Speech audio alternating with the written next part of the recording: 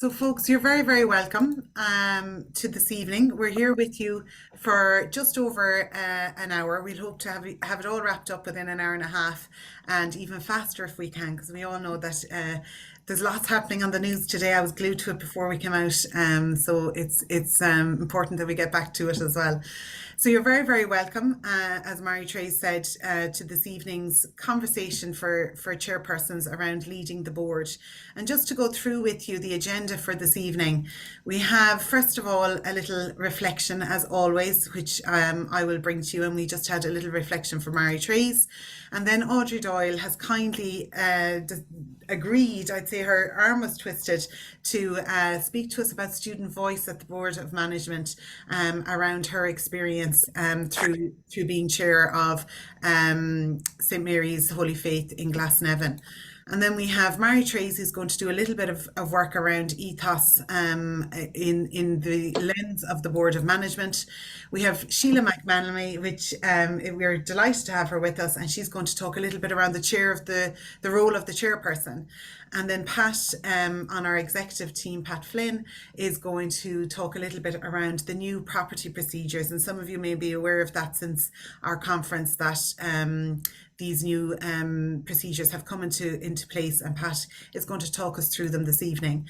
Olive, then, another member of our executive team, is going to give an update on whole school evaluation, and she's been involved in quite a number of schools of late and has the up-to-date information, and especially with the lens of the Board of Management, what kind of things you need to look out for.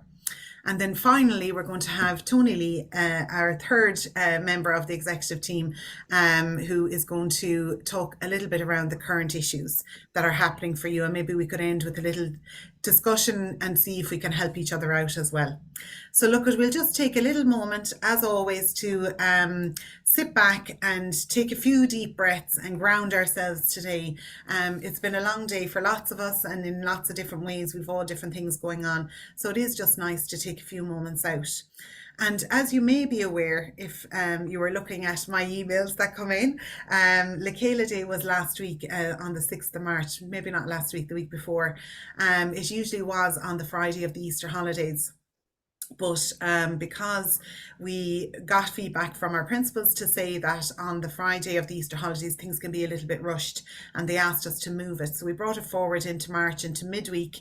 And we also asked our principals through our end of year report, what would they like as themes for Chéile Day? And a really strong theme that came through was the gift of gratitude. So we went with that this year, and it was an absolutely beautiful day. So many different celebrations in different ways. And I just said I'd mark it here this evening with you, with a tiny little poem and a lovely little song that reflects why we need to be grateful. This poem is by a La Sancta Union sister, Marion Trace Burke, and she wrote a little poem around gratitude. Gratitude is a way of thinking, an inbuilt approach to life, a feeling often inexpressible. It is a response beyond words, a companion, silent and deep. It is being open to gift, to be tuned into beauty and willing to receive. It is the light in every day, enabling us to see how blessed we are. And maybe for a moment, you might just reflect on what you're grateful for today.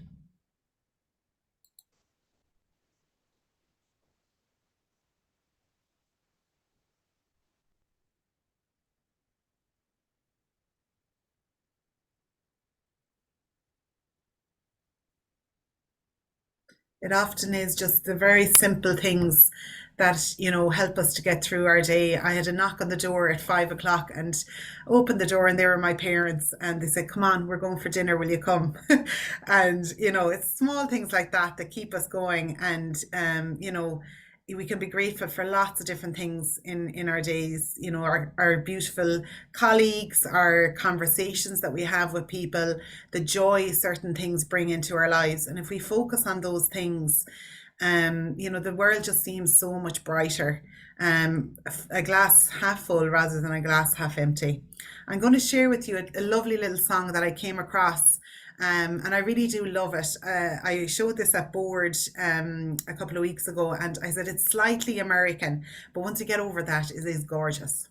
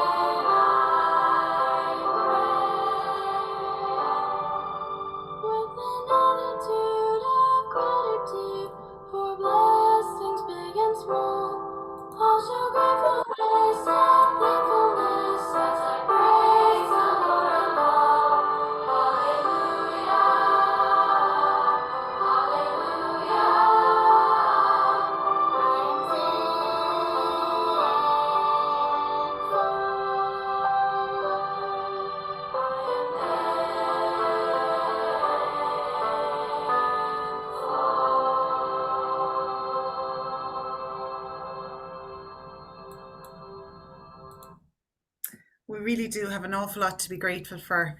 I hope you found that nice, just a little reflection, and remember to keep your glass half full over the next few days and weeks to come. All of those resources are on the website. I put up whatever I use in different ways and walks of life. I put them up onto the website, and I hope that you find some resources there maybe to start your board meetings with. So I'm now going to hand you over to Audrey, who is actually going to share her screen. So I'm going to stop sharing, and Audrey is going to talk to us a little bit about student voice and the Board of Management. So Audrey, I've stopped sharing there now for you. And she's sharing. Great. So over to you, Audrey. Okay. Can everybody hear me okay? Yeah. Yeah. Thanks, Audrey. Yes, Audrey. Yeah. So when Tony asked me to do this, I wasn't thankful, Claire, okay? Because I didn't know what to say. But I felt everybody's doing similar. So, okay. So what I'd just like to kind of show everybody some of the things that we are doing at our board, and I'm sure you're going, yeah, that's what we're doing as well. But sometimes it's nice just to think about, why we're doing them. And that was my first thing that I decided to have a look at was, okay, how did we get to the point where we got to as a board, where we're talking about student voices? And a lot of people talk about student voice, but we talk in plural, because there are many, many voices in our school from students, and they're different and they're diverse. And hopefully I'll kind of pick that up as we go. So the first thing we did was, as a board, back a few years ago, was think about like going back to the charter and are our students, and pulling from the whole quote, "The glory of God is humanity fully alive." And the question is, are our students in our school fully alive? And if they are, well, are we making sure that we're giving them the best spaces to do that? And we looked as a board over the few years about what's kind of gone behind our whole idea of who the student is. We look at the holistic education of the student. All this. This is part of what you do at your board, making sure that the physical, the mental, the emotional, the spiritual, the religious, the aesthetic health of the student is catered for. We are a very student-centered school when it comes to teaching and learning. And it's about that relationship with the student, the teacher and the student, making sure that there's an encounter, a dialogue constantly in the classroom. We also, as a board, really encourage the agentic nature of the student. They are not passive recipients of knowledge. They construct knowledge, they construct their learning, their skills, the education. They are part of the education building and progression that they are part of. And that's what we believe. And then as a board, we were absolutely aware of all the background legal possibilities as a board that we have to take into account. The UN Charter, the child protection, and absolutely doing no harm. And given all the vision and mission of what we were as a board, we also are aware that for some students, their experience of adolescence in school is not a positive one, and that they often frequently describe the school as anonymous places in which they have no voice. And not only that, but that nobody cares. Now, when I looked at that, and that kind of research, I kind of felt, well, I feel in a Chéile school, we are really good on care. We have had an ethic of care before well-being was even existing. And that goes way back into, the very early stages of, the reason why the congregations began what they did was because of care. So we were able to say, we are a caring school, but do our students actually have voice? So that was the thing we wanted to have a look at particularly. And we felt, yeah, we're caring, but what about voice? So I just want to show you this because I think sometimes we often use the idea of voice, that we're going to give voice in relation to students. But I want you to be cautioned here. Who are we to give voice? As a board, have we got that authority to give anybody voice? So this is something we looked at, and it was about the power dynamic between, as a board, who we are, and we can be seen as a very powerful community of people on a board. Being called the chair of the board, it's a very powerful role, but also sitting on a board, and the board together is very powerful. So inviting students or teachers or anybody to come to the board maybe look like this: the monster and the very little child. It's that kind of power relations. So we had to look as a board, how do you overcome that? How do you overcome the child terrified coming to the board? And who do they think the board is as a body in itself? Because we seem to be the people in the attic. We're way away, away from the school as such, and very often maybe not integrated into the school. So we kind of felt we would love as a board, because we were very child-centered, our whole ethos, everything about us is about the child. Well, we would love to hear their voices, but we're not giving them voice. We're just opening spaces where they can be heard better, because we have no authority to give anybody voice. They have their own voice. And not only a voice, but many, many voices. So this was our beginning, our learning part. And it's a kind of you kind of fall into sometimes the language of giving. And, we often talk about giving back things. But if you're giving back something, what have you taken? Do you know what I mean? We're giving them back the voice. We're giving, and all that language, I think, has to be looked at. So for us, we decided, well, we're going to try our best to open up spaces where the voices that are there already are actually heard. So that was where we came from as a board. And this is something you probably already have in your own boards. It's just trying to iterate that. So what did we do? So what we do is at the beginning of every board meeting, most board meetings, we invite students to come and talk to us and tell us their story. So their stories are many, and these are all the different voices.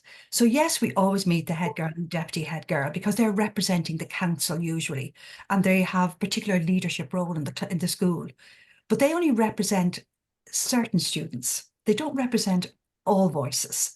So then we ask the Ember team or the Amber team or representatives from clubs or whatever it is to come and talk to us about what's happening, what's going on, why they're doing what they're doing, what are their choices. And they sit with us at the table. We expand the table into a kind of a circle and they sit with us. Sometimes they show us little PowerPoint or sometimes they just talk to us and tell us the story. I have to say, they're amazing.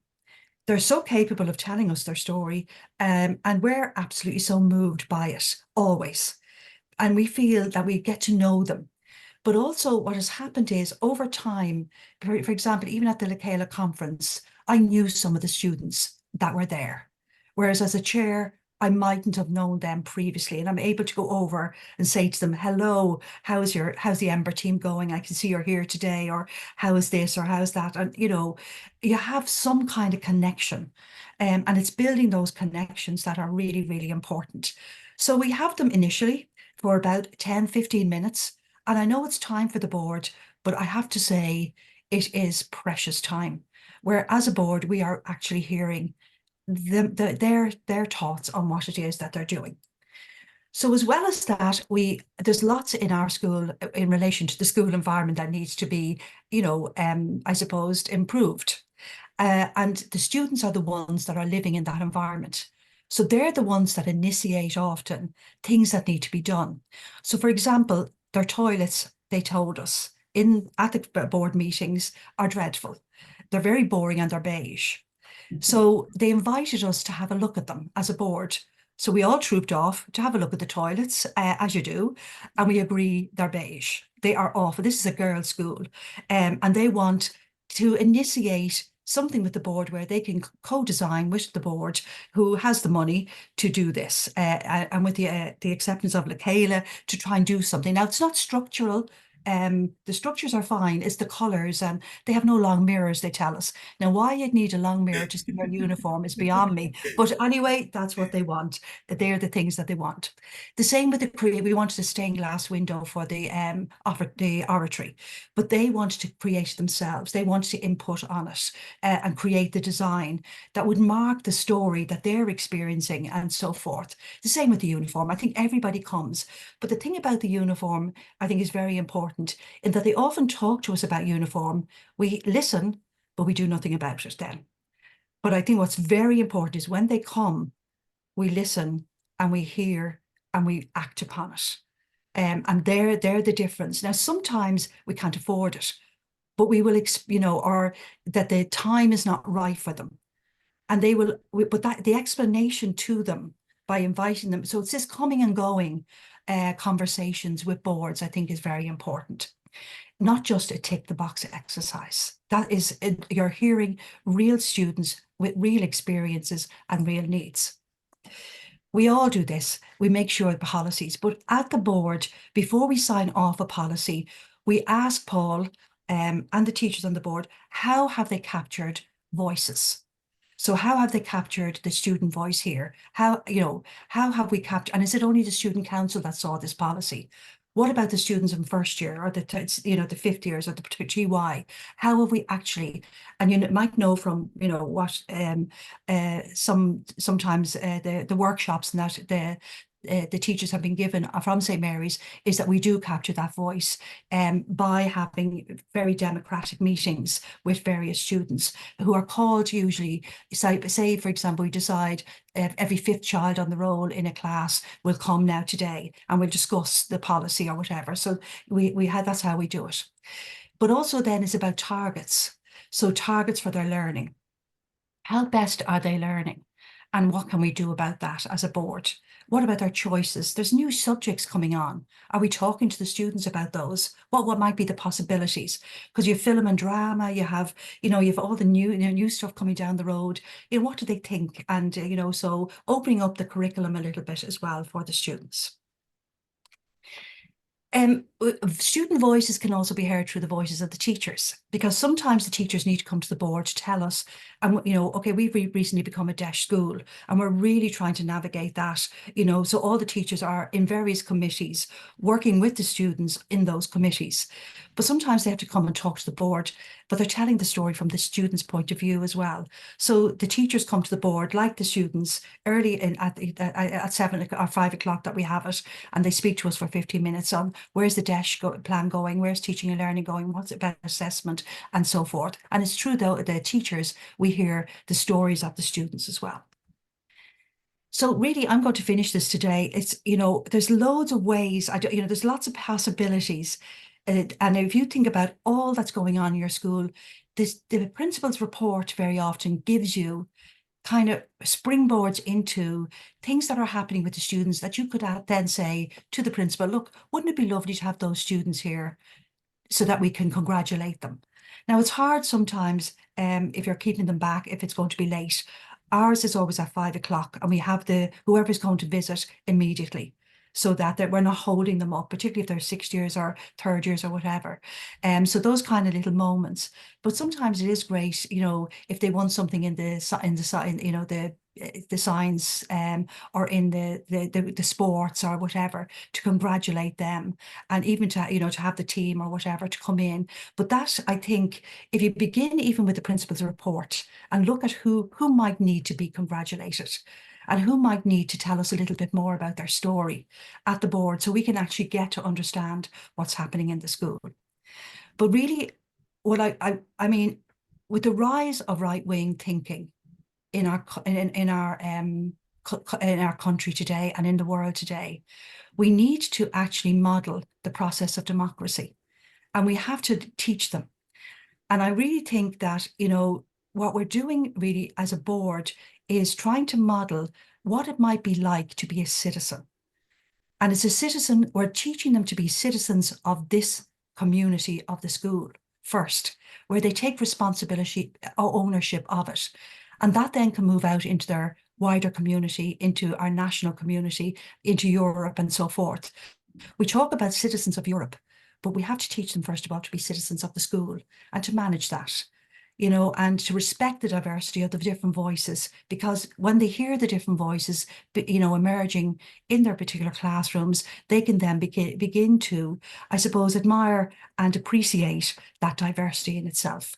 And going back to our monster and the child, it does help level the power differentials in the particular school. So I'll send these to Claire, and you can have them by all means. This is the ladder of student voices. We're trying to stay up at 7 and 8. So this is where the students come up with a plan or a need, and they convince adults, that is us, the board, to support or finance it. Together they decide, and we realise it together. So we did that with the uniform, with the stained glass window, now with the toilets. Very simple things, student initiated, as opposed to students being decorative, their voices being just a decorative thing. And number 7 as well, they have an idea and they voice it. So where are the spaces within the school? Are they given those spaces? So it's not just the board doing it, it's modelled right down through the school. And then it comes back to the board. So these are the feedback loops we're kind of trying to begin to develop in a very democratic understanding of what it is to model student voices in the school. But I'm sure you're doing all that, so there's nothing new here for you. But it's just maybe to reaffirm what it is that we're trying to do and the reason why, so that our students can be, I suppose, humanity fully alive. Thanks a million, Claire, and everybody. Audrey, thank you so much. What a wonderful overview of, what is happening in St. Mary's Holy Faith in Glasnevin. Wonderful to see the empowerment of young people being able to suggest, various different opportunities in their eyes within the school to the board, and for it to be received in such a lovely manner. I can only imagine, you know, the feeling, what the students, you know, feel when they know that it has been acknowledged and met with the board and then followed through. So huge kudos to all of you, you know, the whole board, in decreasing that monster and allowing them in. Maybe we might open it to the floor maybe and see, is there anyone that has any questions, or anyone doing anything different that maybe you'd like to share, or anything that you'd like to ask Audrey?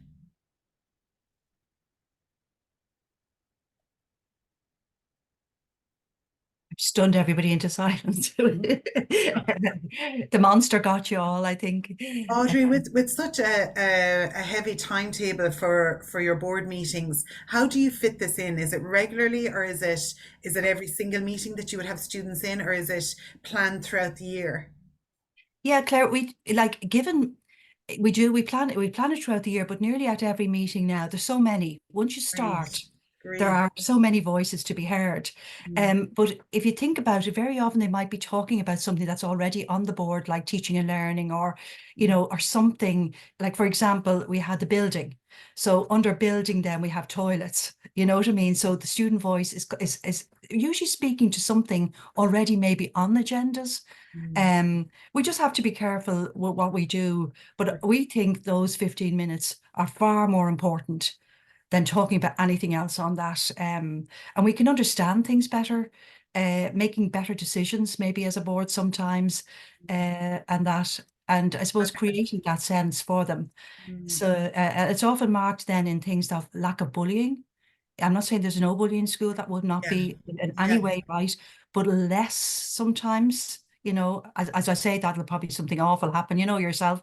But behavior would be so things that you might have been talking about at other points would be a little bit better, because they are managing themselves well, because they're hearing, they're being heard. But Amazing. to do with the teachers, not just the board, it's the whole school. And just to say Idea. on that, Audrey, recently at our deputy principal conference, we had Francis, your deputy principal in St Mary's, with us, and also Ger Hayes, who was an AP1 within St Mary's and now is deputy principal in St Michael's in Finglas.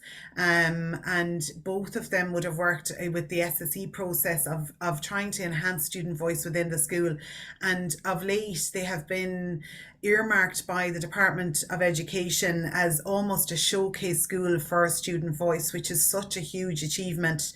And they came to our deputy principal conference to share all the different ways. We were so impressed by the level of student voice that they have within the school. And again, like you said, just very simple ideas, but it's resulting in empowerment of the students as well. And I love the fact that it's linked back into teaching and learning, and how, who better to ask about the methodologies we're using in schools than the learners themselves.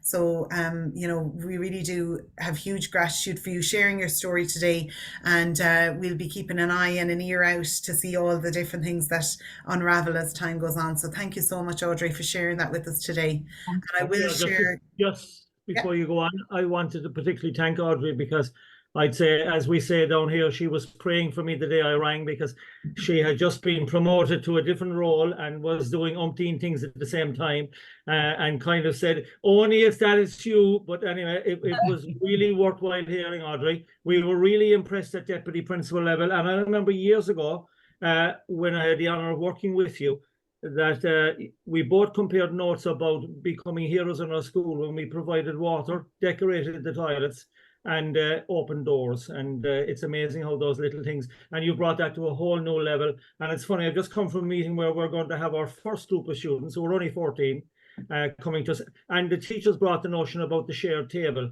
and I was really interested to hear you saying it as well. But Audrey, thank you. Your wisdom, as always, has come through, and you're a great resource for us. I know my phone number will be blocked in future, but look, thank you very much. And Audrey, I see Anne Fitzgerald Yeah. has her hand up there, and I know she put a comment in. So, Anne, if you want to unmute and have a chat. Listen, it's just a quick one. I think that's marvelous to hear all of that, Audrey. I just want to say, and it's something that I do feel we need to address as a school, as schools community, trustee community. The fact is, in sixth year now, we've 18 and 19-year-olds. sometimes, right? And this, I think, makes it even more important to hear the student voice because years ago, people would have been leaving school 16, 17, and also they were kind of younger in themselves. Do you know what I mean? In some ways. And I think the fact is the teaching and learning should be a shared experience, really, and listening to their voices and their feedback, the feedback loops and so on, terribly important. So it's marvelous to hear that different ways, and you've given us a bit of an ideas for stirring up our own board meetings, the ones that have got the awards or gone off and done speaking somewhere or some little initiative, maybe just get them in. We would have the student council people in very regularly, but that's a different thing. And as you say, it needn't be half an hour. I mean, they could come in for 10 minutes. Just let that door be less forbidding and let there be a bit more understanding of the volunteer folks on the board, what they might be doing, as opposed to being that monster. Thanks very much. Can I just come in there? Yeah. Who's that there now? Okay. Oh, yes, Austin, yes. Austin, yeah. I just want to say that, like a lot of people there, I do a huge amount of interviewing, and I'm on the list for the Leinster area. And the question of student voices, as you know, is a standard question at all interviews for posts. Now, I have noted over the years of doing it, they go so far every time, but there's never that creative input from anybody. Everybody goes so far. There's the standard answers. You know, we meet this, and this. And I've often reflected on it, and I don't have the answer. But what I do know is that it is an area, just like Anne said a moment ago, that we need to develop some way or other, because it's there. It gets us 3 or 4 minutes, and it's a standard question. And I have done them from Gorey up to all around Leinster. And I said I did over 20 schools last year, and I'm doing them again this year. Now, I don't have the answer to what I'm saying, but I do know that in every single school, it is the same. It'll go about what you would regard 20 or 30% of the way, and it kind of peters out at that. And there doesn't seem to be anything beyond that, where you have it in other areas. You have great development in teaching and learning, and in other areas. But somehow or other, it is an area to be developed. Now, I don't have the answer to all of it, but I do know from visiting schools and doing interviews that it has kind of reached the peak and it's not going beyond it, and it still hasn't developed into what you would like it to be. Absolutely, Austin, yeah. And, you know, I think it's, Audrey, you know, said 2 things that resonated with me as well around, you know, the fact that it helps you to make decisions. You know, it's you can see the benefit yourself of that, and it is an area that, you know, we do need to have more of a focus on. And the second thing is that, you know, when you were saying about it, you know, if we can't get them to be active citizens within our own schools, how can we expect them to be active citizens within the community and worldwide? So we have to nurture them at that point, you know, to build for the future. But certainly, and Austin, like a lot of things we're involved in, it's a journey. This journey has really opened up of late, and Audrey, you are leaders in that field, and we were quite taken at Deputy Principal's Conference about it. But the research and the general work and that is going on in various institutions around student voice and the provision of student voices, Audrey, and I love that distinction between voice and voices. It's been astounding. I must say I was quite taken by it, and I do think it's a developing field. It's one we'll see a lot more in, and I'll see that definitely a lot of our schools will have taken heart from the experience in St. Mary's and will be moving on that journey themselves. So again, Audrey, thank you, and thank you to your team there as well. It really was an eye-opener for myself, and I really enjoyed it. I see Mary's trying to come in. Yeah, very interesting, Audrey, to hear what you're doing in St. Mary's and at Taylor's Hill. Just take the last 2 meetings we had. First meeting we had students from the active flag in the school, and the whole idea, we hear it all the time, of how students become disinterested in sport unless they're very good to be on the hockey team and the basketball team, and then where do the other students go? So they did a Google Docs and find out what did the students want, you know, just to get that exercise, to get out and to increase their, of course, increase their well-being. So it was very valuable, and they shared targets that they were setting with us. And as we all know, we can all set the targets, but we need to go and review them and how are we doing, you know? So they're going to come back now in May and share with us how they've done, you know, and then what are the ways forward, you know? And the last meeting last week, we had the head girl, the deputy head girl, who are on the student council, and again, you know, the plans that they had for the school, and they talked about where they met with the local schools, Salerno and the Bish, you know, in Galway, and they had the whole ethos and the whole culture of our schools, our Chéile schools, which was really interesting, and to hear it from the students, you know, was really mind-boggling, I think, because they were inspiration, you know, and the plans that they had going forward, and again, increasing the communication in the school, you know, as we all say, you can have your student council, but do the other students know what's happening and what are their plans? And they were linking with the link teacher and having it on the areas around the school and so on. So and again, doing the Google Docs, because that's where they say you're not going to get everybody to fill them out, but you'll get it fair. And the most important thing is that students get the opportunity to share what they want, you know, and then to go back to them. So I think, like, I've always been a big believer in listening to students, as we say, the student voice, but listening is the key, you know. Yeah. Isn't it Makes a lovely difference. to hear the lived experience of the ethos from their mouths? Yeah. It's They lovely. don't talk about ethos, you know. No, they tell you Am their I right? stories. Thanks for sharing that, Mary. No problem. Thanks, Mary. Thanks so much, Audrey. And we might move on Thank you. on the timetable because I'm conscious of time here now as well. But I'm now going to just hand you over to Mary-Therese, who is going to lead you to the next little section that we have, promotion of ethos. And thank you to Claire. I know I am no replacement for Margaret Lennon, who had originally hoped to be here with us tonight, and unfortunately Margaret isn't able to be with us. So after all the work Margaret had done, we said, no, Margaret's slides are Margaret's slides. So what I just said was that, Claire, if you want to go on to the next one, is really just to come back looking at ethos, and I'm already hearing it, like what Audrey's already presented, what I'm hearing you already say, like Mary, the students talk about ethos. And I know by even looking at everybody who's here tonight, I nearly know that a lot of you are involved in the selection committees or may have an active selection process about to go on. And again, how central the charter is to that. And those ethos questions, Austin already mentioned maybe student voice in questions and interviews. But again, I suppose coming back to that whole piece for the board is, how do you make the board be present in the school? How do you build connections? I was hearing those comments already coming through. How do we listen? How do we care? You know, and all of that is really about ethos. It's where we're coming from. It's about the relational part, and if we get the relational part right, then other things will fall into place.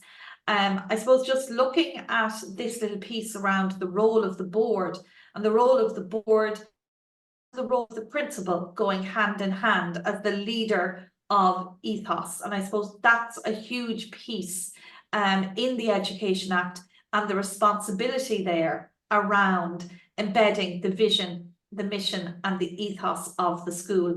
And the newest edition of the Looking at Our Schools speaks of that guiding vision for the school. It also mentions the word trustees and patrons in there, and that too is very important.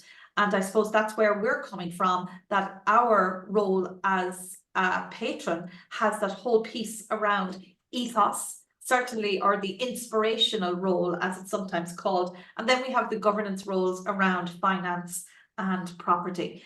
So I suppose it's, how do we all work together? And that's really where it is. How do we support you? And I think that's the real message that I'd like to maybe explore here tonight, especially in a time when you're all aware that we're working on our statement of strategy for the next 3 years. And encapsulating that, one of the priorities, as you saw at conference, is the whole ethos section. So we have identity, we have ethos coming through, and then coming through from all of our discussions, both as boards and at all of our clusters is that the concepts around sustainability and stewardship for the organization, and that is for the trust. How do we again position ourselves? How do we build ourselves to be stronger, and how do we move forward? So this whole role, I suppose, around policies, and I know even in chatting with Chéile today, and Sheila's going to be coming on now later, Chéile was mentioning, you know, again, even, you know, that whole important piece of your charter, or the charter having influence around the policy, the ethos, your values, the lived values of your school in many of the policies. And then when you do have that WSE, to be able to come back and to be able to say, well, actually, where does it come from? It can be from our founding intention. It can be from the Chéile Charter. Where do we get the inspiration from? What makes us different? And I suppose that's the whole, really the nugget, which is what makes us different in our Catholic schools is our ethos, is that holistic piece, is that our ethos permeates everything. That vision for the glory of God is fully alive in the human person there, as Audrey put up, but also that whole piece of living the gospel values of today. And I know that many of you have already participated, or many of your school leaders have participated in that whole synodal discussion and looking at the 10 principles there for Catholic education in Ireland. So there's a lot happening at the moment, I suppose, around the one time. And then where does the board of management fit into all of this? I suppose that's the reality. And for me, I'm probably asking, coming out of this, have you any ideas for us, or any suggestions for us? You know, how can we support you as chairpersons in this role of leading ethos with yourselves? And that's one of the questions that, again, I would like to, you know, maybe lead us through, or have a look through by the end of this little piece. But certainly, you know, the founding intentions of the school, your vision for the school. And again, we've already heard that whole piece around DESH, understanding of your context, knowing who your students are, knowing who you serve. And equally, for the student piece, we will be looking probably at the parent piece also by the time we're coming to Education Symposium. So certainly this year, we have looked at how do we integrate those voices, who do we hear, and how does a board perform? Maybe Claire, to go to our next piece. And for those of you, and I think Audrey, it may have been yourself who you did a lot of work while you were with Chéile around the booklet of looking at our charter. And I know that already and currently, as you are aware, from the workshops with Audrey and Margaret at conference, that whole work that we're now doing in reviewing our charter, in updating our charter, and in that making our charter more accessible for others. So that's a large piece of work that Claire Kilroy and many of our directors from both Chéile and Chéile, and again, some of our experienced chairpersons are working on at the moment. So this is probably a slide that or a picture that you're all very familiar with. And again, it just shows that ethos permeates everything that we do in the school, and how ethos, and I think it's a slide again, even as chairpersons, maybe to bring up or to discuss as a springboard, or even just a springboard image, you know, that maybe even if you just unpacked this, how do we reflect our ethos in our curriculum? How do we reflect our ethos in how we do our teaching and learning in the school? How do we support this? Who do we support? Like our students with additional needs. How do we integrate students from diverse backgrounds, or intercultural activities? How do we live out our values? What's the culture of our school? And even unpacking those questions with members of the boards, or again, inviting our students to be part of that and asking some of those questions. You know, unpacking that is something, and it's a very good slide, and we'll have it there for you, but it's also in the looking at our charter piece. Audrey mentioned there the work of the board, and I know questions were there. How do you fit everything in when you have all of this to do? And Audrey was suggesting, well, look, you make a priority. Certainly Audrey and their board are prioritizing student voice. But where do you prioritize in the middle of all of this? How do you prioritize ethos? Or is it a matter that, again, ethos is just something that passes through? It is something that is caught rather than thought. And I suppose I'm just putting that out there. How do we navigate ethos through all of this, and looking for your ideas?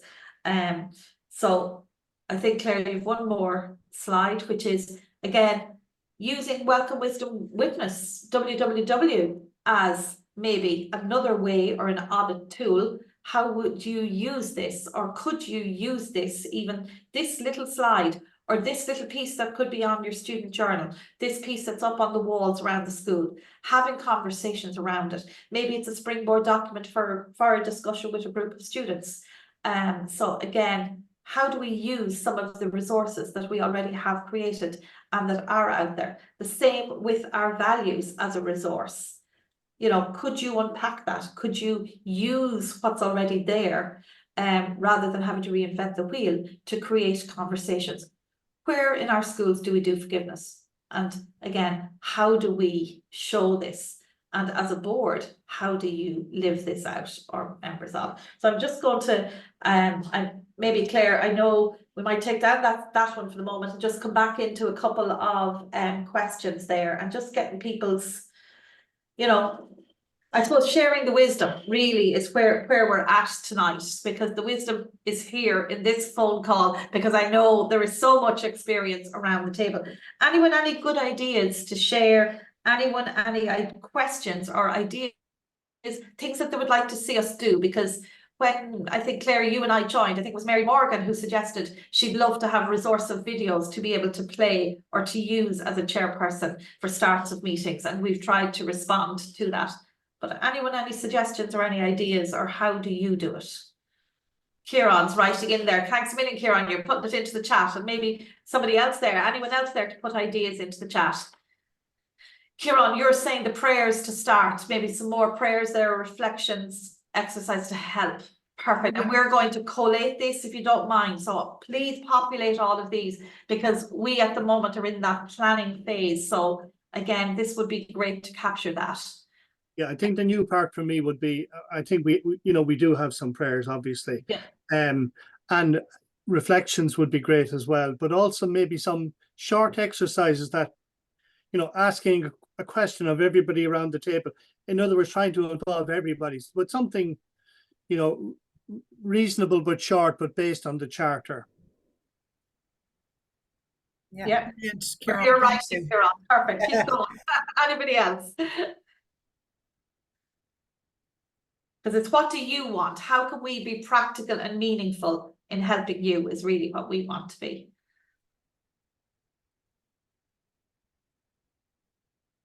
So short exercises, Kieran. Yeah. Questions linked to charter. And maybe that question that I was asking earlier, how do you make the role of the board present in your school? How do you make that the role of the board present? Because that often tells us about relationships and ethos. One of the things, Mary Trace, I think that you have a difficulty with is the language of the ethos. Do you know, how do you speak about it? Like, it sounds like, what have I lapsed into here? You know what I mean? If you start speaking about, whereas sometimes I think what has been useful is to road test it against the ethos. Do you know what I mean? Sometimes you're making a decision and you're sort of, your head or finance or something is telling you this is the way to go. But if you go back then to the ethos and you sort of say, really, is this the way to go? It's a bit like what Audrey's saying about the student, and the students, and asking them. I think you need to go back and look at your sort of mission and the way you're facing. Then it helps you better. It helps you to make a better decision, I think. We don't own the schools, or we're not exclusively the people running the schools either. There are other forces there as well. And I think if you road test a decision sometimes, well, that's what I was saying to you today. Yeah. Road testing decision. Thank you, Sheila. Because we'll compile some of these to help people. Anyone else? Because again, there are often new people coming in to the role of chair, and maybe again people from outside education who are coming into the role of chair, that again we're always trying to support and to help. Any other little nuggets there?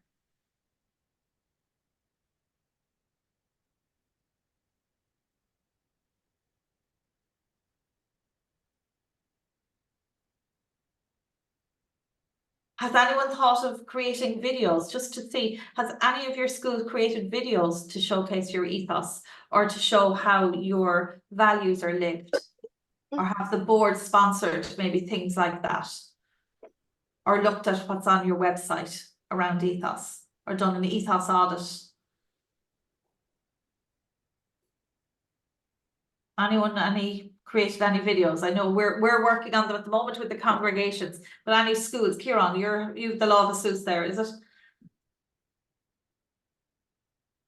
No? Richard, Yeah, I see a love on your screen. Maybe it's my love. Yeah, Wrong law. it's my love. It's my love here. no, but I think, yeah, I mean, what you're saying, I suppose we do make videos, but I'm not sure we link what we do, you know, at school level with board level, you know, and perhaps that's it's making those linkages. And the piece I find is, you know, developing links with teachers in the school without giving them the feeling that you're in an oversight position, for want of a better way of putting it.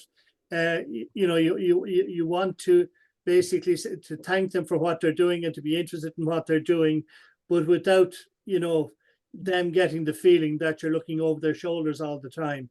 So yeah, the videos are, I mean, I know there are plenty of them being made, but I suppose it's making them with a view to coming under the banner of Ethos and sharing with the board of management. Yeah. Yeah, I suppose I'm putting that out there. I suppose even questioning, you know, like, how do you showcase your school? How do people know about your ethos or what you stand for? I suppose, how do you message, or how is ethos included in those promotional pieces around your school? It's just putting it out there, I suppose, Yeah, as questions or hints. Or I think that's a very good point. Is, you know, are we making videos for PR purposes only? You know, and I think we'd be better off, you know, bringing them under an umbrella of Ethos rather than PR. I think they'd be much more real and realistic and beneficial. but yeah. Hi, can you hear me, Mary-Trace? Yeah. Claire speaking. Yeah, sorry. Claire. Claire speaking. So yeah, I agree, Kieran. I think part of the challenge is almost making it explicit, even though it should be just explicit, if I'm making sense. Yeah. I have no challenge around this area at all, actually. It sits very comfortably with me. But I think being new to the board, I think I talk about it all the time. So it's almost becoming an integrated part of what we do. So whether it's policy or how we begin the meeting or how we speak towards one another, or how every decision is absolutely embedded in the ethos of the school. Like, I'm unapologetic about that. And I think our board is coming there. We're a new board, so I mean it's kind of early days. But I think even what Audrey's piece there, the whole notion of actually respecting and validating voices. So whether that's the cleaners or the children or the adults or whoever's there, you know, I think everything we do and how we do it sings ethos to me, you know. So I don't have any great difficulty at all around it. In fact, I think it's really naturally. I would love the candle. I just put it in the chat there. I just think by beginning a meeting, whether it's a staff meeting or a prayer meeting or a board meeting or whatever, by beginning it, by stopping and actually just bringing everyone to that place is really intentional. And keeping that lighting, it just ensures that there is respect in every interaction, you know. So I would love that part, how to do it almost naturally without it being synthetic, if that makes sense. Yeah, thanks, Mary-Trace. Lovely, thank you, Claire. I see Mary, you're putting, yeah. I think also the use of the video of our website, that we might be more creative in the use of our website and using that as a vehicle for our ethos. Yeah. And how would you see that work, Mary? You're probably getting ideas now. You're probably going. Well, I think updating it, you know, and reflections short, sweet, and to the point, and in the opening page. I think it could be doing it without making it too heavy. I think it could be light, but you could be getting across the point. That's what I feel. Yeah. Yeah, and I suppose we're just putting it out there, you know, to, as a suggestion, it could be just a little area to look at, maybe to look at, well, Yes. what messages are actually there around ethos in your Yeah, school. I think the websites are good. Yeah, just something, because I know so much of it is lived and experienced in the school, but how does somebody from outside know any little bit around the ethos of your school as an outsider? But it's amazing how many people read the website before they step inside the door. Okay. So what are we telling them about our ethos before they step in the door, Mary? Is the question, yeah. Well, we're a Catholic school and all of that. Everything that goes on in school is part of the ethos. You can't segregate it. It's just part and parcel of who we are. Yeah. No, but thank you. I suppose all I wanted to do was put out a couple of questions, just put that there. And I know, Claire, we're heading now, because I'm conscious too of time. Sheila, I think, is Sheila next? Yeah, perfect. And just to say that these were different ways that the Board of Management we collated this through the end of year report, just various different ways that the Board of Management support the school's characteristic. These came from our schools. So as you can see, there's amazing work being done already around this. So that's there for you. I'll be sending all these slides out to you probably tomorrow morning. So look, I just will fast forward here and I will introduce you to Sheila McManamy, who is chairperson in Ardscoil LaSalle in Dublin North, and she's now going to talk to us a little bit around the role of the chairperson. Over to you, Sheila. I have the slides here for you. Oh, thanks very much. Well, this is a humbling experience for me, you see, because I'm looking at the audience and I'm saying, in the name of the good Lord, what are you doing speaking to these people? But anyway, bear with me and I'll clip through this and it won't take very long. I suppose when Tony, obviously he was doing the rounds the day he rang me, and when Tony asked me, he was speaking about, you know, the supportive role and the sort of looking at the compliance role, or looking at what members of the board, or the chair of the board in particular, needs to be conscious of in terms of what the board and the role of the board, the oversight role of the board. So both of these were in my head when I was working on this.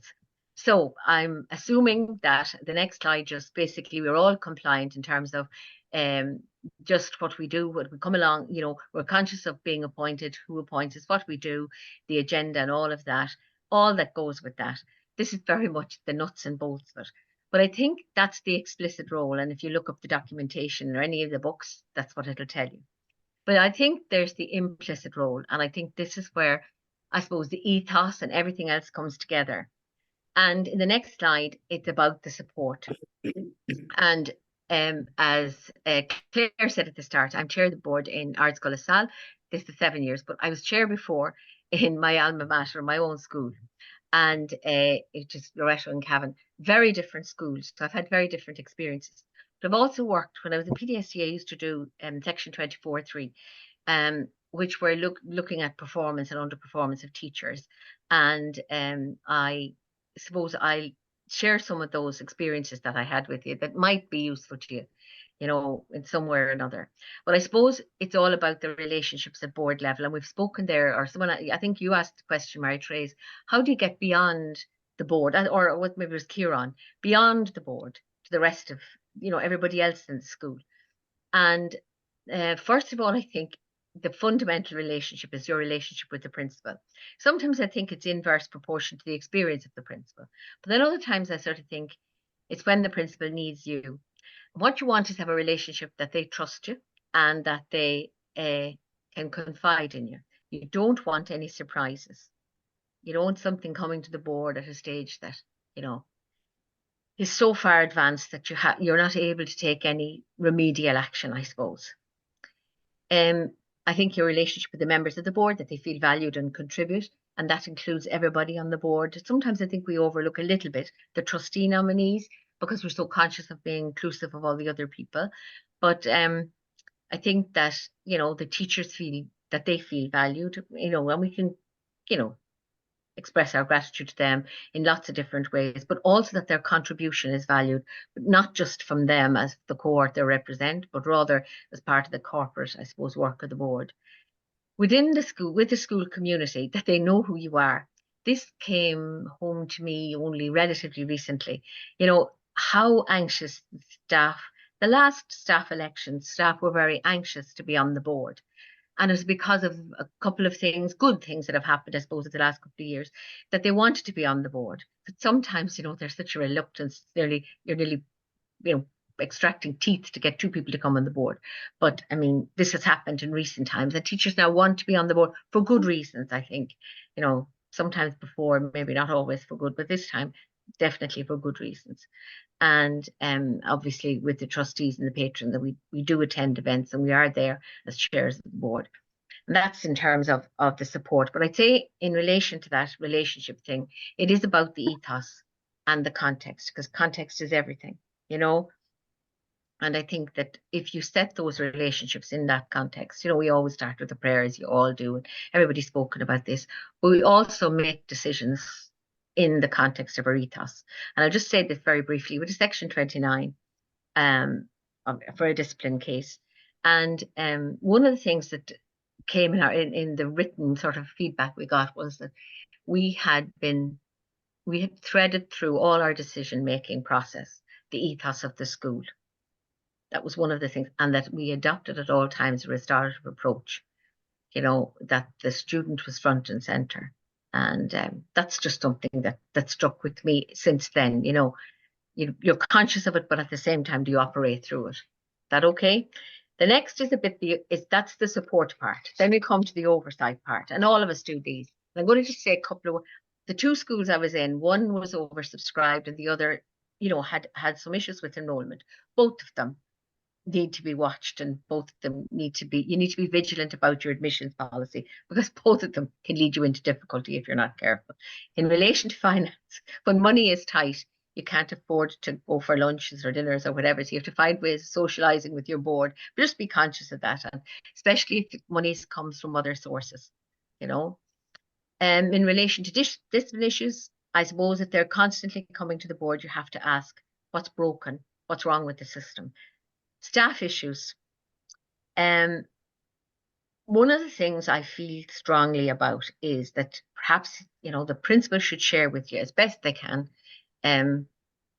where issues are bubbling under the surface, where they could possibly be resolved at, I suppose, at an informal level, but not to fear the I suppose the procedures that are there, not to shy away from using them, to give the principal the confidence to use them, because that's what they're there for. And it prevents sometimes going down a legal route. And I would have to say that the times that we have used those, and in many situations, I would say they have worked to our benefit. And sometimes staff on the board, if it's a staff issue, respect you for the fact that you've done this, that you have shown that as the employer, you see what's just and unjust and what needs to be addressed. Just as students like to see fairness and equity and so on, I think staff appreciate the same, Policies, we've spoken about this earlier, so we don't need to go back on that. Procedures, again, I was speaking about Section 24.3. When I worked with PDST, sometimes after a WSE, you'd be contacted sometimes by the chair of the board, sometimes by the principal, to say that issues have been identified. And again, it's amazing the support that's out there. Like, for example, through IJA, you can get somebody to come in and work with a teacher maybe who's struggling. And, IJA is there to provide someone to come in and help in an improvement plan. And I say that I did it when I was with PDST. And I can remember on a couple of occasions, saying just for the principal alone, the sheer relief of getting that support was enormous. So I'm just drawing your attention to that and saying don't shy away from them. And they're much less expensive and more cost effective than going the route of the the route, the legal route, you know. And then you have the centrality of teaching and learning, which is self-evident. Okay, and there's some of the small points I'd make there with regard to that. The next couple of slides, very briefly, looking at our schools. You know, it's been referenced already, but I'm going to say this, that I was interviewing relatively recently, and I spoke about looking at our schools, and I asked this teacher, because she said, could you go back there for a minute, like that, look at our schools? Is that the one with the green cover, or is it a new one now? She said, I'm not sure about those books at all. So despite the fact I think that we think they're the currency and the language of teaching in schools, I think there's still a job of work to be done. That's all I'll say about that. So that's just my reference to that. But in the next slide, this is the one I refer to just very briefly in relation to the Board of Management oversight. The board strives to ensure equitable access to the resources provided. One of the areas I think that we sometimes don't deal with very effectively here is the middle management. You know, that we have a huge role here, and the principal needs the help of the board, the chair of the board in particular, just to guide the board, I suppose, looking at that whole area of that resource. You know, it's a huge resource, maybe 8 or 9 AP1s and maybe 12 or 13 AP2s. It's a fortune in money, the equivalent of the principal and deputy principal allowance combined. And I just think that's something that we should bring front and center if we want to help the principal in the role that they're doing and to make it as doable as we possibly can. The rest we've spoken about, so I'm going to the last slide now. Just very briefly, the WSEs are coming up, and I've looked at these before, so I know someone's going to refer to these before, but it's just a couple of things to draw your attention to. We had a WSE in Ardscoil LaSalle when I was there, and we found that one of the most positive experiences, and it certainly was a contributory factor in, I suppose, rebuilding the school and a resurgence of interest in the school. So I would say it's been a very positive experience. But I'd say that these are some of the comments that I drew from a number since 2019. The board demonstrates very good oversight of curriculum, attainment and whatever. When you're a DEIS school, that's so natural and so easy to do because so much information is made available to you. Subject departments present to the board. You know, that's something there. The next one, the board has overseen a number of significant changes in teaching and learning. Like, could we say that, do we know what is going on in terms of teaching and learning? And do we actually meet teachers? So we get teachers to come apart from the two people who are there from the teaching staff. Do we get others to come along and speak with us? And the last one is about CPD. And I think whatever little money we have, we should try to offer something to teachers who are so willing to go and to learn, you know, or to enhance the whole school experience. And I've always said a board of studies is a gift. Every board should have one.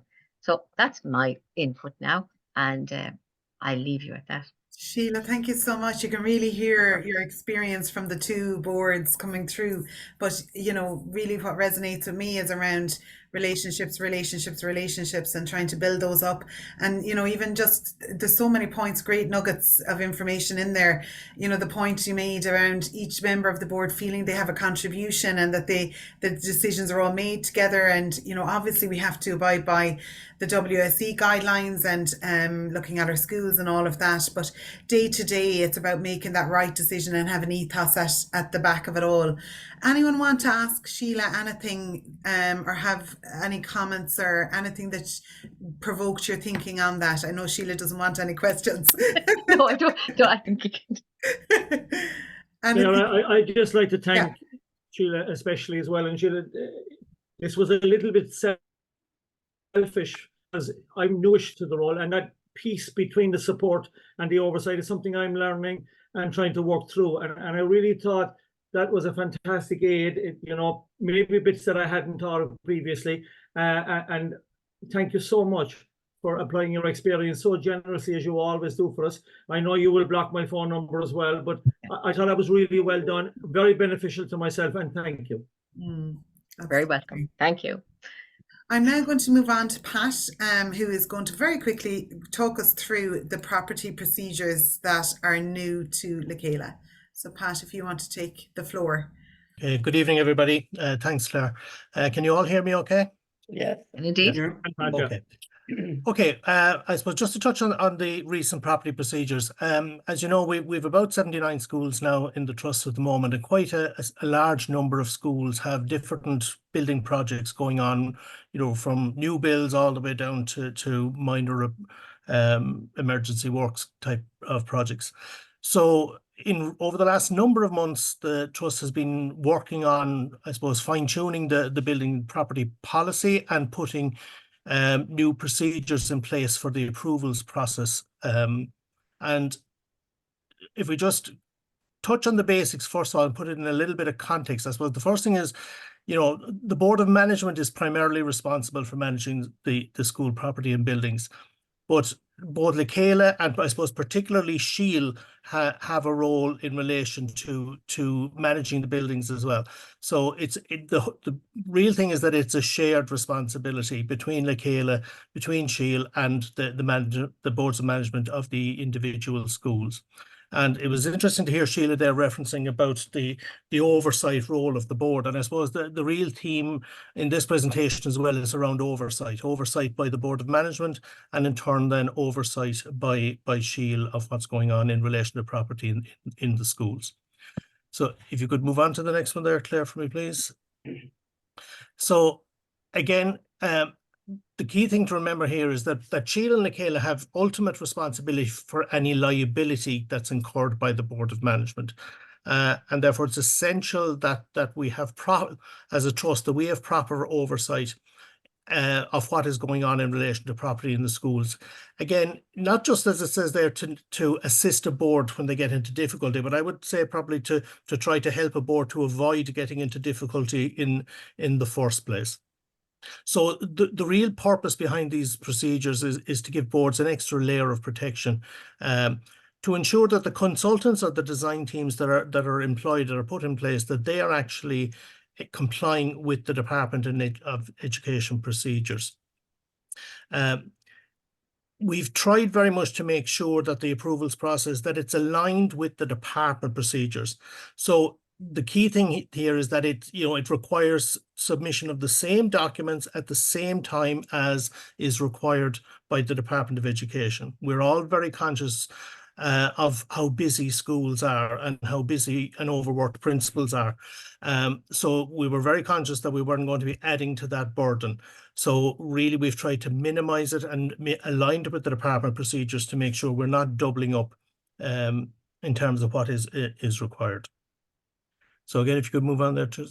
So again, I suppose to clarify, we're not talking here about the routine maintenance, so if you have a broken window and you're replacing a pane of glass, we're not asking you to come through Chéile for that. So this policy does not apply for the routine maintenance, but for all other building projects, the Board of Management is obliged to get Chéile approval process on 3 occasions, and I'll explain the 3 times. So we're talking here primarily about situations where the board is applying for funding to the department. So for the likes of emergency works, summer works, additional accommodation, or major projects. It also applies if you are funding a project through resources that you have as a board yourself, or projects from any other source of funding. So if you have a very generous benefactor who's providing you with the funds to build a sports hall or put in a dome or whatever the case may be, it applies in those situations as well. So any project that is beyond regular maintenance and where there are structural alterations involved, then this approvals process applies to that. So, sorry, yeah. So the intention here is that we're currently finalizing the documentation on this, and we're waiting for feedback from the department before we can fully finalize it. But once that has happened, the intention is that the chair of each board of management and the principal will be issued with a copy of the procedures, and we'll be asking you to confirm that you've received them, that you have reviewed them, and that you understand them, for our own records as much as anything else, to make sure that everybody's aware of it. So again, if we look at number 2, all the projects funded by the department must be managed in compliance with the department design team procedures and technical guidance documents. And I suppose that is a key thing, that when you are appointing a consultant or you're appointing a design team, it's very, very important that they are properly appointed. Again, that there are no shortcuts taken, that all of the documentation is fully completed, contracts are completed, etc., and that the design team and so on are complying with the Department of Education standards.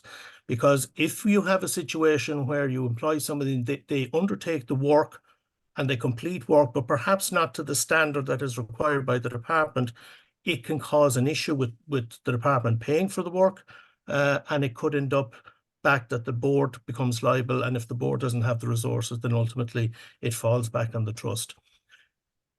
So those technical guidance documents, sorry Claire, just for one sec, those technical guidance documents, they are updated on a regular basis. So again, as the contracting body, the board, you are under an obligation to ensure that your consultant, your design team and contractors, that they are familiar with the latest versions of the design team procedures.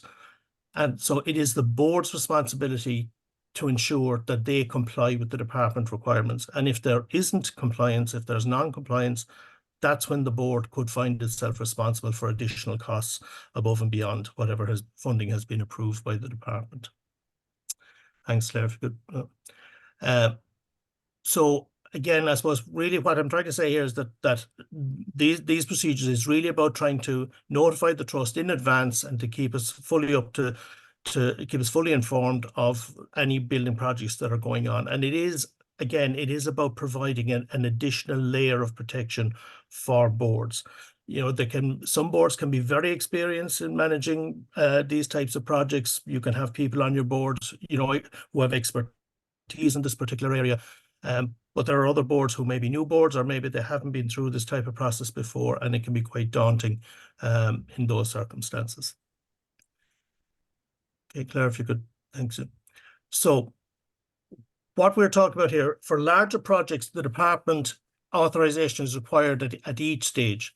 And a board of management is not authorized to proceed to the next stage without written authorization from the department.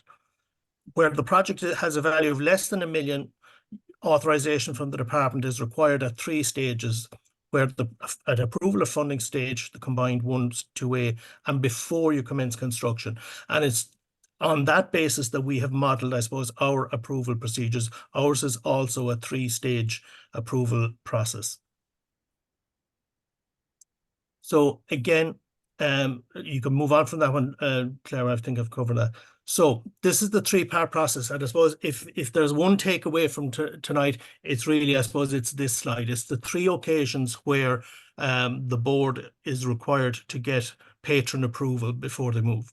So the first one is approval to apply for a grant. So before the school ever contacts the department looking for funding for an emergency works or for additional accommodation, etc., that's the first time that patron approval needs to be applied for and got. Once the department then approve fund. Sorry, Pat, I muted you there by accident. I'm so sorry. I was trying to.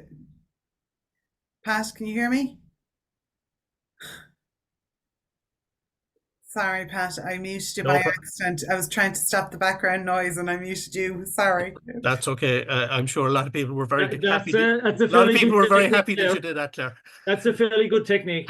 I've heard that one before.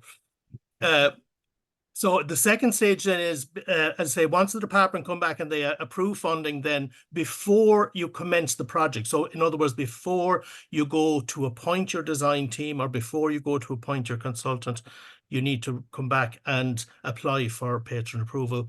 And the third occasion then is before you actually commence construction. So once your design team has been approved, your design has been agreed and so on, and before contractors come on with diggers on site, before you start to commence construction is the third time. So it's those 3 steps, I suppose, is really what we're trying to get people to comply, to understand and comply with, so that we have a handle on what various stages projects are at in the individual schools. Again, sometimes it can be difficult for a board to know, well, what should we be looking for? What are the questions we should be asking? What do we actually need to have? So as part of the procedures, we are also developing, if you like, a series of checklists that will be issued out to you so that you will be able to give these to your design team or to your consultant, and that you will have yourselves. And so you will be able to go through the checklist with your design team to make sure that they are actually complying with the various things that are required both by ourselves and also with the department. And again, all of the things that are being asked for here are all the things that they would have to provide anyway to the department. So it's really, really important that you have oversight of that, and that you make sure as a board that the people that you've engaged as consultants or design team, that they're actually complying with each of the various stages. So again, in summary, then at the end, we're talking about the 3 times. One, when you're applying for a grant. So again, the advice is do not commence any project or apply to the department for any building works until the board submits an application form for approval to Chéile, and until you get written response from us to say that approval has been granted. Once you receive funding from the department, then again, the board must apply in writing to Chéile for approval to commence. And you should do nothing in terms of appointing your consultants, your design team, until that approval is received. We will provide, as I say, approval to commence the project, and you'll also get your checklist of documents that you have to submit to Chéile. And there will be a copy of the application and the checklist, as I say, that will be provided out to the schools. And again, it comes back, the whole point of this is to aid you as a board in providing oversight and meeting your oversight responsibilities in relation to projects that are going on in your school. And the final stage then, as we said, is before physical work actually begins on site. When you get your letter of approval to commence construction, you must again apply to Chéile in writing before you enter into contracts, etc., with your suppliers.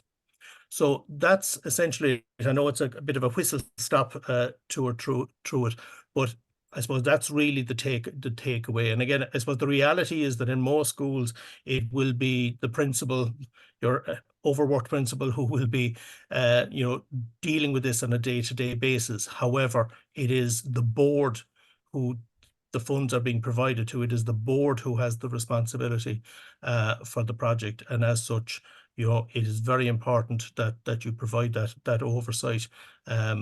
And again, I think it was Audrey earlier who mentioned, I think, about having building on the agenda, and I think that's a great idea. It'd be great to have property or building as a standard item on your agenda. It will get over that awkwardness sometimes, maybe, of questioning the principal about what's going on, or has this been done or not done. Going back to the relationships, it can be difficult at times, maybe to ask those difficult questions. But if it's a standard item on the agenda each month, then it becomes a matter of form to actually go through what building related projects are ongoing in the school and where things are at. We might just ask if there's anyone that has any questions for you, Pat, or yeah, absolutely. If anybody will do our best to try and answer them. Or they can always email you, pat@lachéiletrust.ie. Absolutely. Anything more specific as well. Thank you so much, Pat. All right, thank you, everybody. Wonderful to explain all of those. We're now just on to our last speaker of the evening, which is Olive Lafoy, who's going to share with you just some nuggets of recent WSEs that she has been involved in. So over to you, Olive. Good evening, everyone. Can I be heard? Yes, Olive, yeah. That's good. Claire, I give you full permission to mute me if I go on for over 3 minutes, because I think people have been exceptionally attentive tonight and engaging. So my slides here is really to assist you when you get back to boards. It is a culmination of the three WSEs that I have been present at since October, both the initial meeting with the board and the feedback meeting from the board. I would like to say, I suppose, it's an absolute privilege to be present at these WSE meetings and represent Chéile, and I pay special tribute tonight to Audrey Doyle. I know when I was going through my own WSE and she arrived for the meetings, I felt very protective.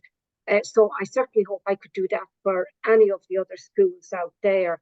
You know, these questions, I think they're a good structure in terms of certainly if new boards are being set up, or even if boards are reflecting back on a year's progress. So while I have no intention of going through all of the questions, it will give you a good idea as to what is being sought by the inspectors during the WSEs. It is fair to say that what I have witnessed so far is very much an open, collaborative, and very positive approach by department inspectors when they go in and engage with boards of management during WSE. And I would very definitely, you know, mirror what Chéile has said there. It's a great moment for schools. And in some cases, particularly where a new board of management is set up, it's a lovely pathway forward and a plan on which to move your school forward. So while Tony has mentioned earlier that balance between support and oversight, I think some of those questions will show that. And yet we can't underestimate the voluntary nature of boards of management, and to be honest, how difficult it can be to get people to form boards of management, and then when they face WSE inspections, there is a certain robustness about the questions asked by inspectors because of that oversight nature that we are all, you know, very much subjected to. So the questions there are self-explanatory. You know, priority of the board for its tenure. That type of question would allow a strategic plan to be developed and assist people. Questions like emerging needs of the school. Earlier was mentioned about posts of responsibilities. And this is an area that can very much support the principal and assist them at the end of the year and for forward planning when new posts of responsibility become available. If we could just move on, Claire, to the next one. In terms of the actual structure and format of how boards of management are run, a lot of attention tends to go on the structure of agendas. Are they consistent? Is the principal's report in itself structured? Are subcommittees developed? And are members of the board, are there particular expertise? Are they employed in a very productive manner by the boards of management? So it's quite intricate, the questions that are asked, and yet, you know, the inspectors and the school is trying to make the board really very much effective on a day-to-day basis, while also being supportive and having that oversight. Voices were mentioned earlier. You know, you will be asked, how do you share the information to staff, parents and students, and how regular does that happen?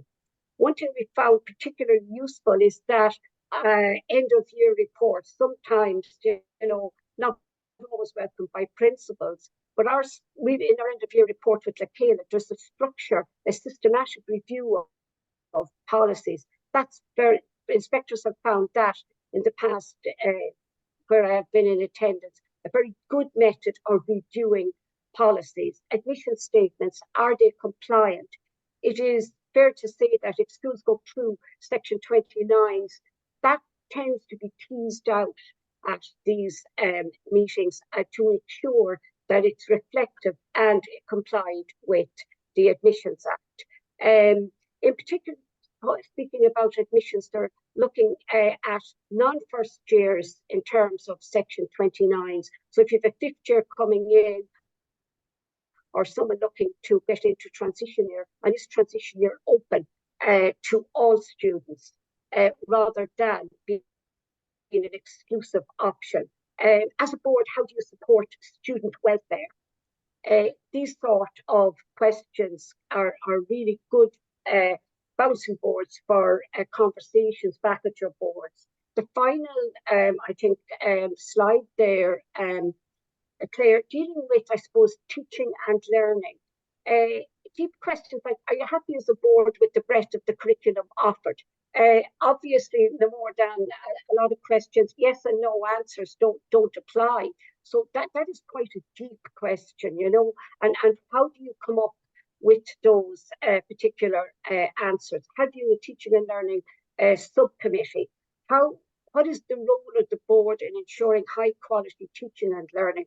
And obviously implementations that have been enacted since previous inspections. How does the board manage previous inspection reports? As a board, what would you expect us to experience during this inspection? That's a very important question. And all of us as principals, chairpersons of boards, whatever it is, what we're always hoping for is that they will see students thrive in our schools, that they are happy, that they are safe, and that we are looking after, I suppose, the primary client in the school, which is our students. So I think in terms of those slides that have been just displayed for you, it's more, dare I say, a caveat at night, a form of homework for boards to take a look at when you get back to conversations at board meetings. And were it to be a case that you do get notification of WSEs, please feel free to contact us in the trust, and we will absolutely support you in whatever way we can. You know, in terms of the feedback from inspectors, what I've experienced is it's always positive, it's always supportive, and it gives schools great ideas to move forward. So should anyone need to feel that they'd like to contact us, do feel free, but those questions, maybe you might find them useful when you go back to boards of management, and thank you for listening. Well done, Olive. Thank you so much for imparting all that knowledge that you've gathered, and very specific towards helping the Board of Management. So thank you so much. And again, those slides will be included. Just to finish up, I'm going to hand you over now to Tony Lee, who is taking the final little section. Thank you, Claire. Thank you. Yeah. Thank you, Claire. I'm going to cut this piece down from the hour and a half to just the hour, so we'll get out before midnight. No, I'm not. I find this one of the most enthusing nights of the year, and one of the most occasion nights of the year, because I'm always humbled when I look at the quality of the people that we have as chairpersons, and I always reminisce and remember times that I've worked with almost everybody here, sometimes in the most difficult of circumstances. I think we are terribly lucky to have people of your quality, of your passion, of your generosity working for us. At tonight's meeting in Ballincollig, I just happened to pick a reflection from our prayer book.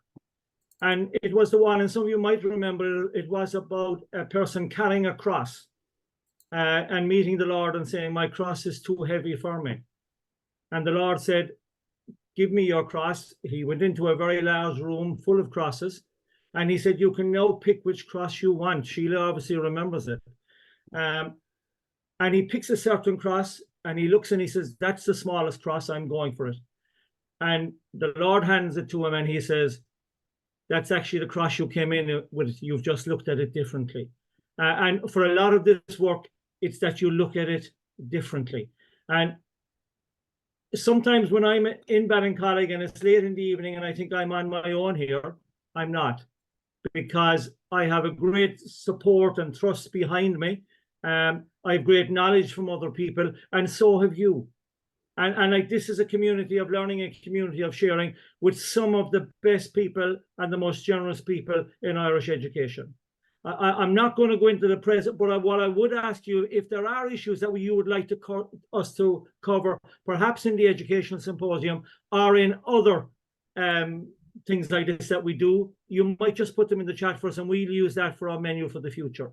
But I'm simply going to leave you and hand you back to Mary Therese, and thank you. And it's an honor and a privilege to work with you. And again, thank you for your generosity.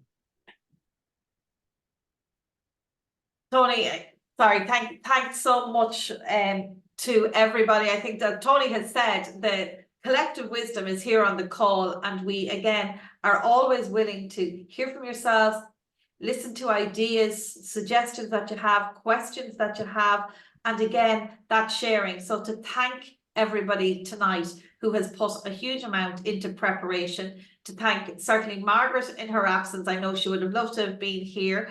To Audrey for answering the call by Tony, to Chéile who answered the phone as well. They'll all be, as Tony said, blocking their numbers. But to our own team, I know that Claire, Olive and Tony and Pat have been putting a huge amount of work and preparation into this behind the scenes. It is really important. I know that last year when we tried to go for our usual Chairpersons Day, I think there were only 6 people able to go for the daytime meeting that we traditionally would have had. So we moved it to online, and we really do appreciate the amount of time that you spent with us tonight, and the huge numbers that are in attendance too, which is fantastic to see. But again, as Tony says, it is a huge who's who, and the experience and the wisdom on this call, and if every single person just was able to share a couple of those ideas, it's amazing. So thank you to everyone for all of your work with us. I know that we will be working with a huge amount of you in the next while on a number of appointments that are all coming up, which is great to thank you for all of that, to wish you well. Claire is reminding us there that the recording and the slides will be going out tomorrow, and again, hopefully maybe that you will have some resources or some triggers there, or some ideas of that one little thing that you might do, or you'll have the video and you'll have the resources to be able to share with your members of the maybe board, or use a little piece or use a snippet from. So just to say, Gurmahagi, thank you to all of you for your time, for being here tonight. So Gurmahagi, and well done team on that. So thank you all, everybody.